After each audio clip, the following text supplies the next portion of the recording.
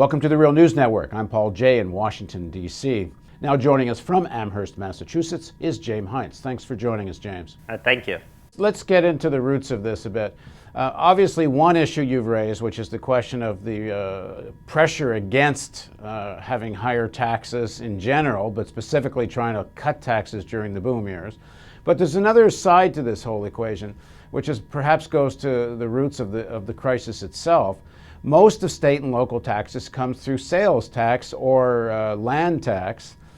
So in terms of property taxes are tanking, partly to do with the general crisis, partly to do with the subprime mortgage fiasco.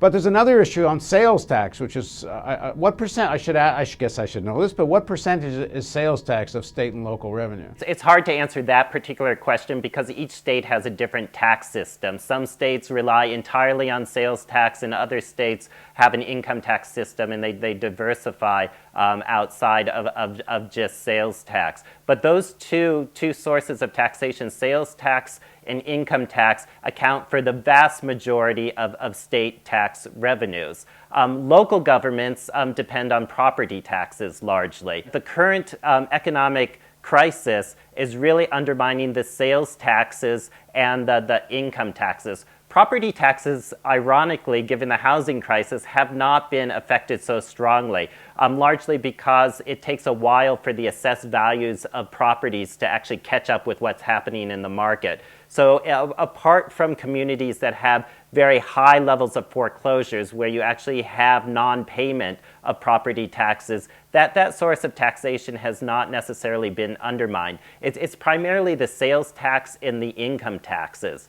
And if we look at income taxes in particular, a lot of states, there's a particular component of the income tax, which are the capital gains taxes, the taxes people pay on their investment incomes and the income that they get from selling their house, for instance, at a higher price than what they paid for it.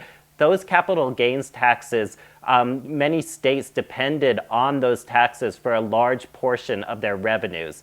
And when the stock market went bust, when the housing market went bust, it's those capital gains taxes that are very volatile that disappeared entirely and left the states with no way of replacing those revenues. So public education depended on states gambling on the boom in the stock market and the property value. Absolutely. Gambling on the boom. Crazy way to do finance for public education and healthcare. Absolutely. Now, the other side of this is wages. Sales taxes are an important piece of the puzzle for most states, as far as I understand it. But wages have been more or less static since about '72, while costs keep rising. How much is that a factor in all this? You have stagnant wages and you have family incomes, so the whole household incomes that have grown mostly because women have entered the labor force since the 1970s onward, and now you have two earner families where once upon a time there was only one earner family just to try to keep up with the stagnating wages. And so that's going to put downward pressures on consumption. But the U.S. economy, as we all know, is a consumer-driven economy, and so that's led to increased debt burden among households and among families. And it's those debts, when people lose their jobs, that's really creating a lot of pressures on consumption now. And as a result, is going to reduce sales tax revenues, and that will add to the state fiscal crisis. Now, to what extent do corporations pay tax at the state and local level? Well, they pay taxes at the state level. There's corporate income taxes at the state level. Those have fallen as a percentage of total tax revenue over the past several decades. They used to account for somewhere around 14 to 15% of state tax revenues. Now they're down to about 7% of state tax revenues.